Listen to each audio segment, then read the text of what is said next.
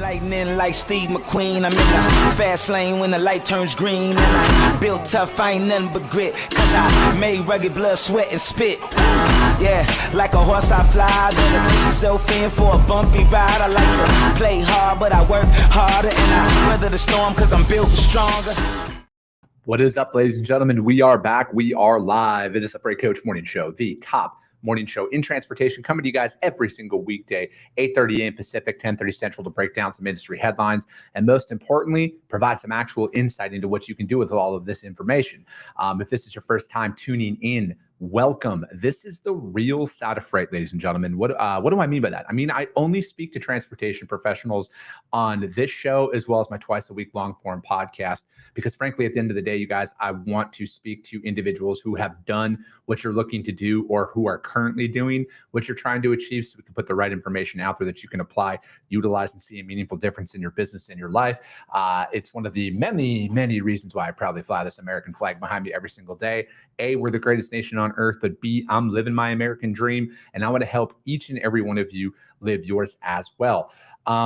Solo show today. This is Q&A, and I'll mark. I'll mention that a few times. I got a DM the other day from somebody who I'll lead in with that. If you have any questions that you have in regards to the transportation industry, sales, operations, whatever it looks like, drop it in the chat right now, whether you're watching over on YouTube, whether you're watching over on LinkedIn or Twitter, drop it in the chat and I will answer them live, you guys, because I want to dedicate one day a week to Q&A. It's normally on Fridays, but I got a guest coming on tomorrow, and that was the only day that he could make it work this week. Because again, you guys, I only speak to transportation. I only speak to people who are active in the day to day. And you know, sometimes we got to make some changes out there, and we will. So as always, just drop those questions in the chat, and your boy will answer them live.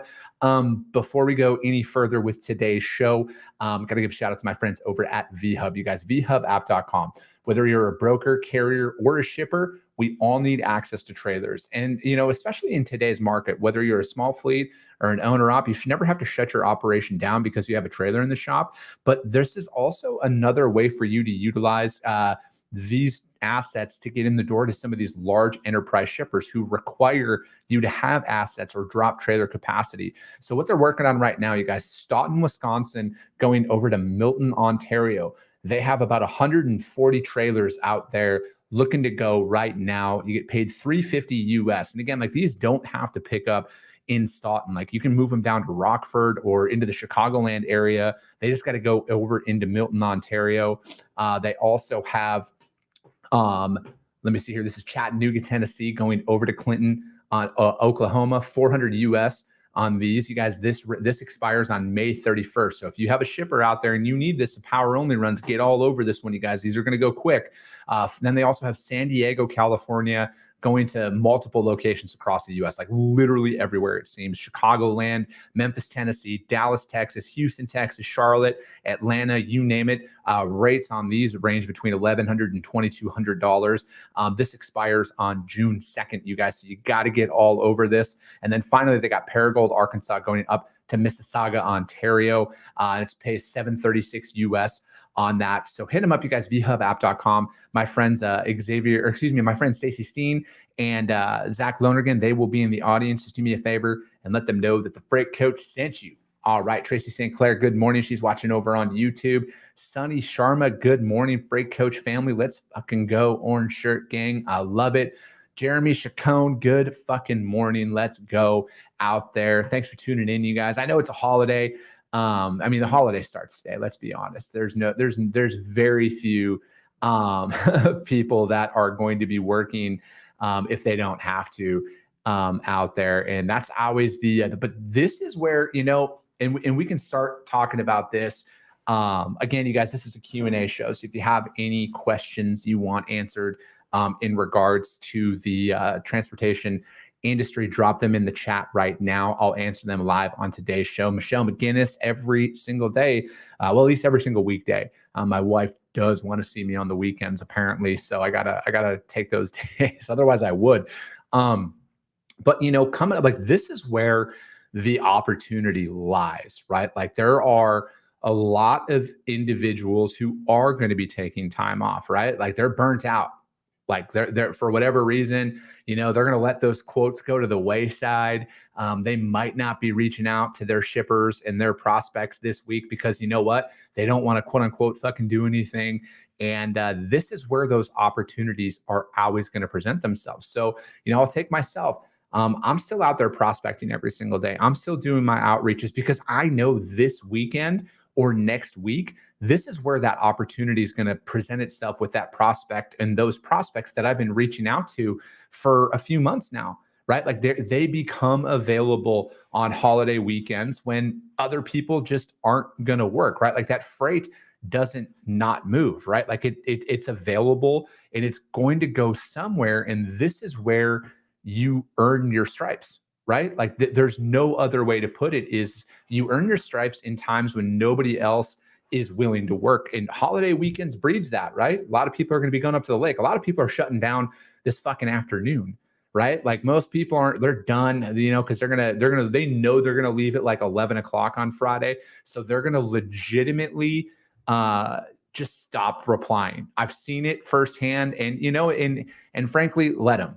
Right. But this is where you as a new sales rep, as a growing business, this is where you get your reps in. This is where you get to slowly take away your competition's market share. So, look into that.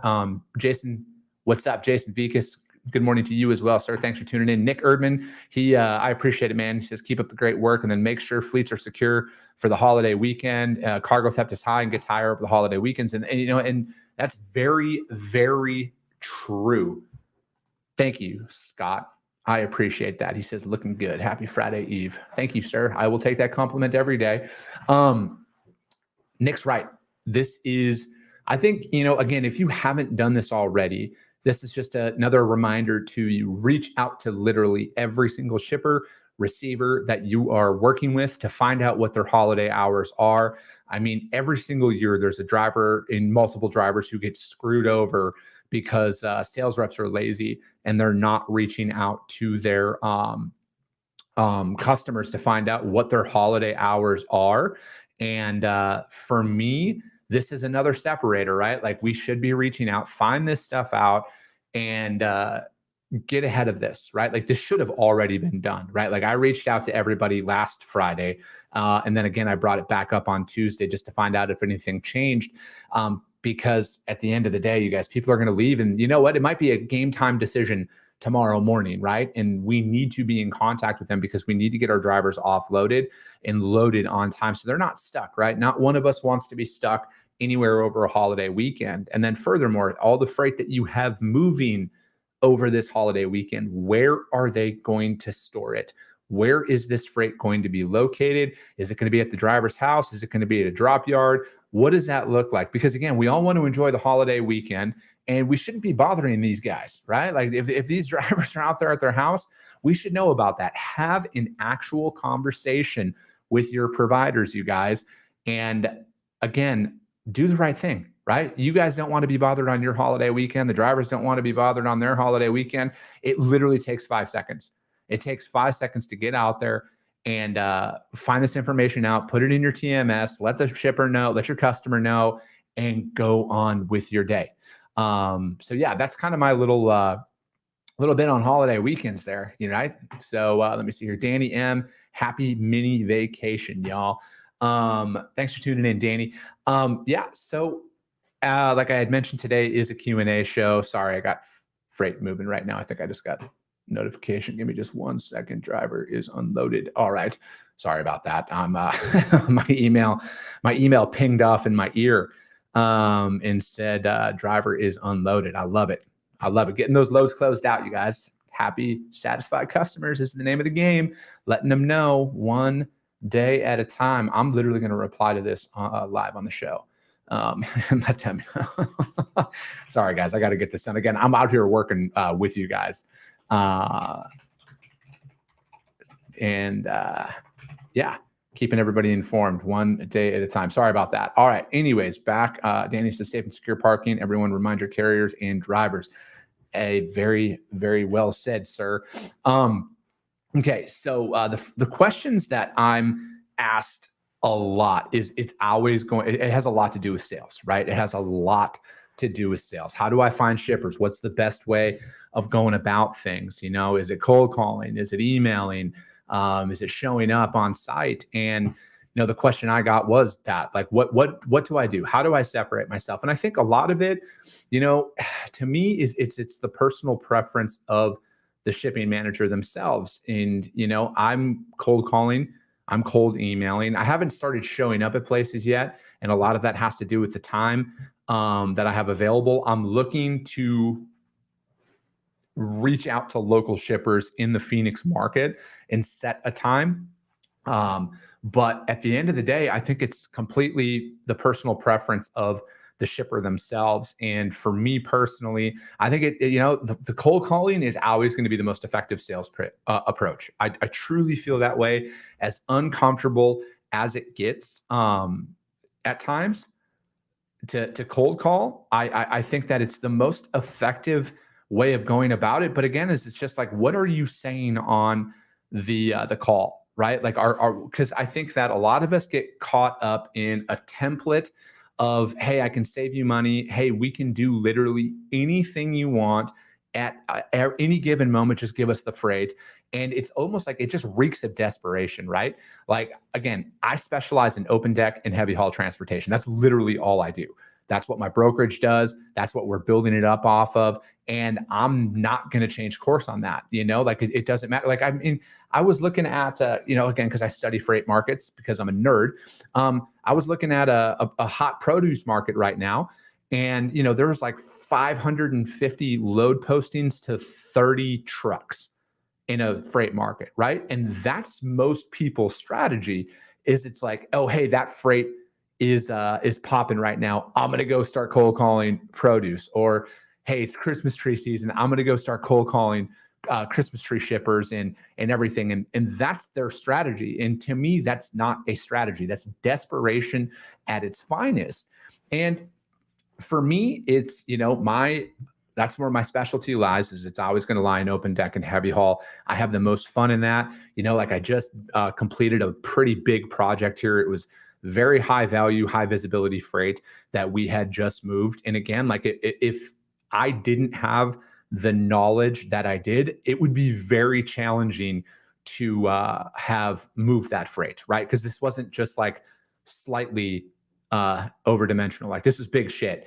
And it was very, very fucking expensive. And when you're looking at it from that perspective, who do you think a shipper is going to want to work with, right? How are you going to position yourself to your customers if you're a jack of all trades? Because as we all know, jack of all trades is a master of none. But if you were to compete with me on a project like that, or, my friend Chandler McGon out of Next Exit Logistics out of Texas, he does a ton of specialized shit. Guys like us are like, we have the tribal knowledge. We know exactly what to ask. We know how to organize everything that they're going to need in these situations. Who do you think a customer is going to go with in that one, right?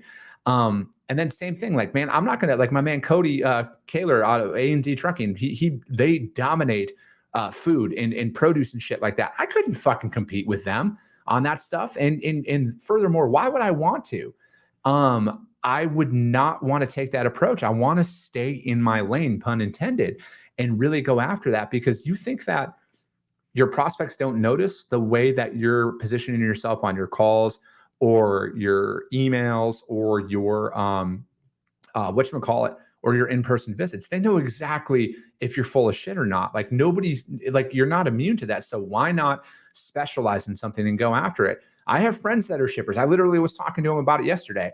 And they were telling me, like, kind of like what happens in that regard. And it's, for me, it's invaluable insight, but it's always the same. If you don't know how to move my freight, don't come after my business, right? Like, to me, it's fairly simple. That's why, could I move a dry van load? Could I move a reefer? Of course I can. I did it for like the first 6 years of my career, but that's not what my focal point is. That's not where my specialization is. And that comes out, because I know the ins and outs of all of my prospects' operations. I know what their biggest pain points are, because that's all I do. And, the beauty of getting in the door with somebody and really building up a partnership with them is I know their operation, right? Like they're not going to have to babysit me. They're not going to have to ask, do you have the right equipment type for this load? Do you even know what this equipment type is and stuff like that, because of how I'm positioning myself in there. So I think, again, it's a lot of personal preference that's going out there for your prospects. And it's a lot of, how you're positioning yourself, right? Do your fucking research. I'm going to say that as well. If you're out there trying to establish yourself, because again, not everybody out there has 12, 15, 20 years of industry experience, right? You might be out there just trying to establish yourself. You might be with, a year in this industry, and you saw when you got into this industry, opportunities were plentiful. And then now fucking you got nothing and you're rebuilding. Just research the shit out of your prospects. Okay. Research everything about the trailer type that it ships on, whether it's a dry van or a reefer, their commodity, no matter what. Research them and find out everything and just prepare yourself, right? And then go in there and have a plan. Have a plan. Literally all the information you want to know is listed on their website. Every single thing you want to know about them is listed on their website. And go out there and build up your prospecting, like the information based off of that. It takes 3 to 5 minutes per prospect. And if you're out there building your book of business, don't take the spray and pray approach. Don't take the just dial for the sake of dialing. I think that, because it's like, I take it like this, because I get emails from brokers soliciting me, asking if I have shipments. I don't know how they come to the conclusion that a media company for that wing, because it's not for Freight Coach Logistics that I get it. It's literally for Freight Coach Enterprises, my media company, where I get DMs and emails all the time asking if they can bid on my freight. What the fuck, right? Like, if it's off-putting to me, how do you think it's going to be to an actual shipping manager that actually has freight out there? I think that it's again, it's so much, as soon as you stop looking for the shortcut in this, and, hold on, I'm going to get to that in a second. Mario Herrera, he says, keep grinding. Hey, I appreciate you tuning in. Vitali says, the beauty of specializing in a type of freight or geographical market is that once you build a solid relationships and the customer likes your service, they will ask you to cover other business and refer you to their friends. So while you continue to specialize, you'll also have a chance to flex your versatility. Amen, man. Like the customer referrals is huge.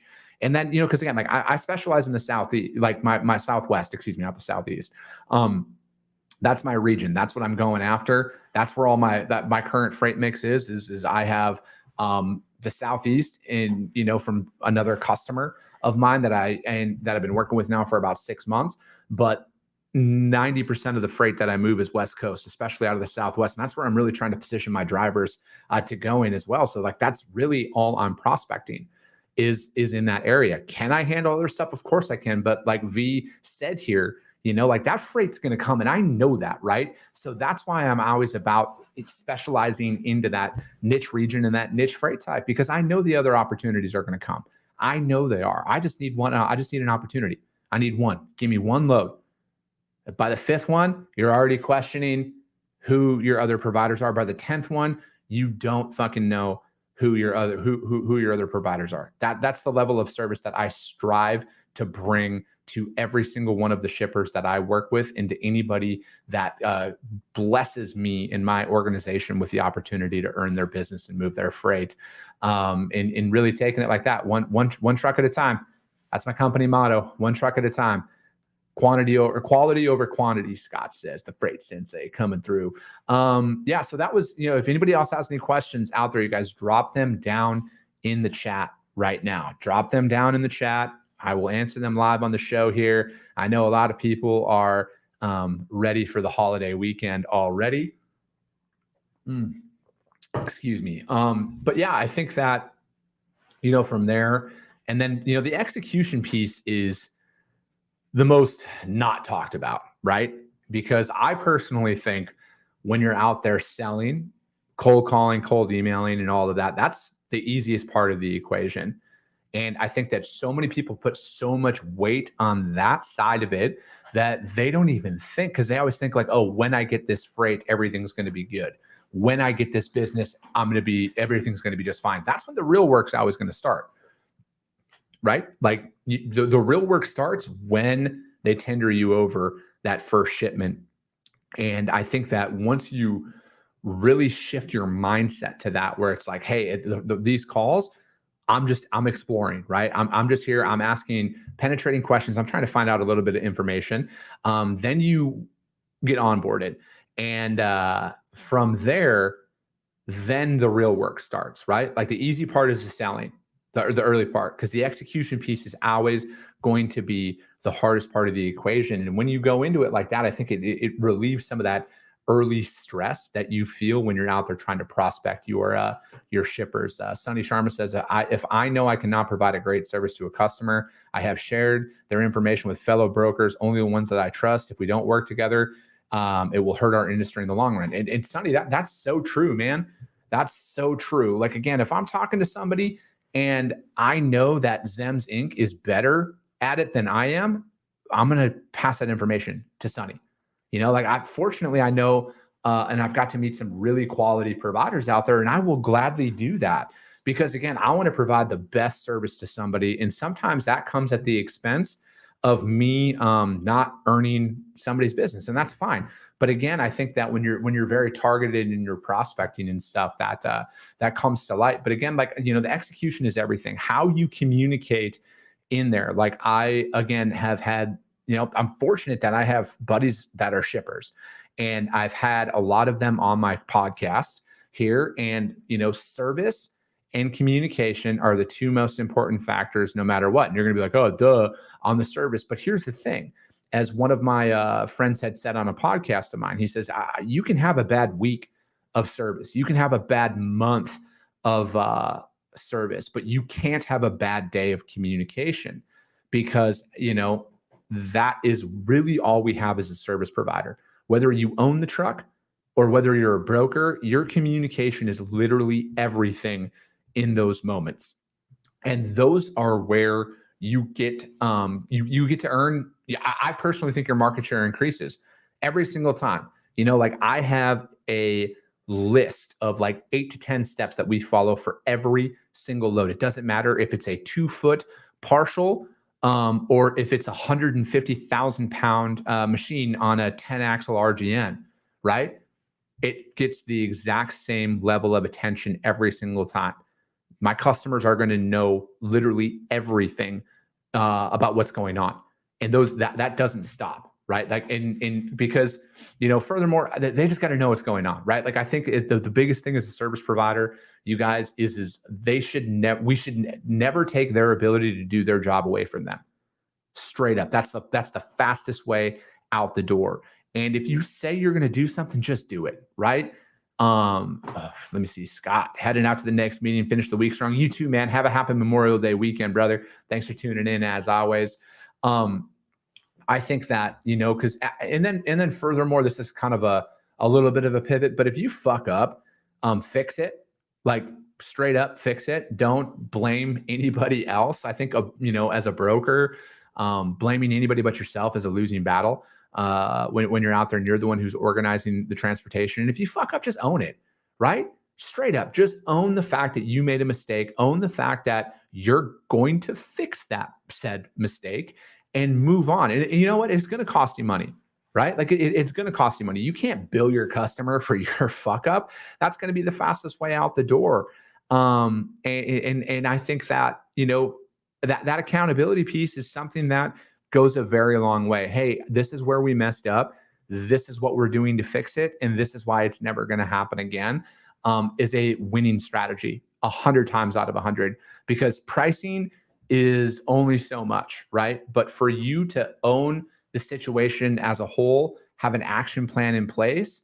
And, you know, I just think like there's so much room for growth with all of your customers by taking that approach, right? Because I think a lot of us think that we're always going to be number one, but we might not be seen as much as their freight as we think. And again, owning every single scenario as it comes up is always going to solidify it, because my book of business rarely grows And this, kind of sounds counterintuitive. And I know I've said it before. My book of business rarely grows when things are going right, when drivers are picking up on time and delivering on time. Yeah, that doesn't hurt anything. Don't get me wrong.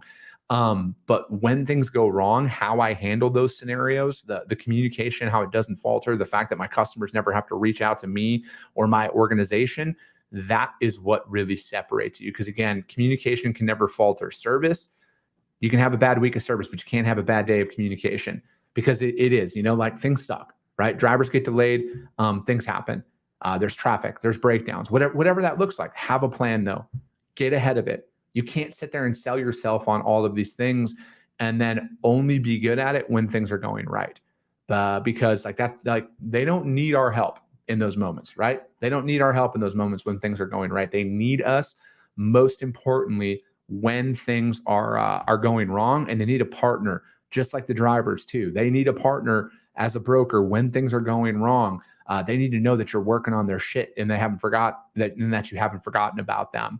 So yeah, I think that, there's a little bit of a short masterclass-ish on where I would start in really trying to solidify yourself out there in the market and in different sales strategies, and try different things, right? Because it's very much upon the recipient of your prospect on how they want to be communicated with, right? If it's phone call, if it's email, if it's text, is it DM, whatever it looks like, it's on you as a sales rep to identify how they want to be communicated with, so we can get out there and we can continue to separate ourselves, right? So that is going to kind of be it for today. And again, you guys, it's a holiday weekend, right? I'll be live tomorrow. I'll be live on Monday. I'm not taking the time off because I got freight moving. I got shit going on, and I'm also going to be waiting in the wind for the opportunity that's going to come my way this weekend from a brand new customer, because somebody wanted it to leave early, or maybe didn't want to bid on that freight. And I'm going to be there to pick it up and execute upon it. So I'll be live tomorrow. I got a guest tomorrow. I'll be live on Monday as well. And yeah, so as always, you guys, thank you all so much for coming out and listening to the show. And if you got value in today's show, subscribe and share it. If you're watching it over on YouTube, if you're going to listen to it on the audio only replay on iTunes and Spotify shortly after the show, subscribe and share the show. Rank the show. Give me a 5-star if you thought I gave 5-star information. If you don't. It's that simple, you guys. I believe in a value exchange out there, but we're not the top podcast in transportation for by accident. We're out here because of each and every one of you who continuously show up. I appreciate you guys. I love you guys, and we'll be talking to you soon.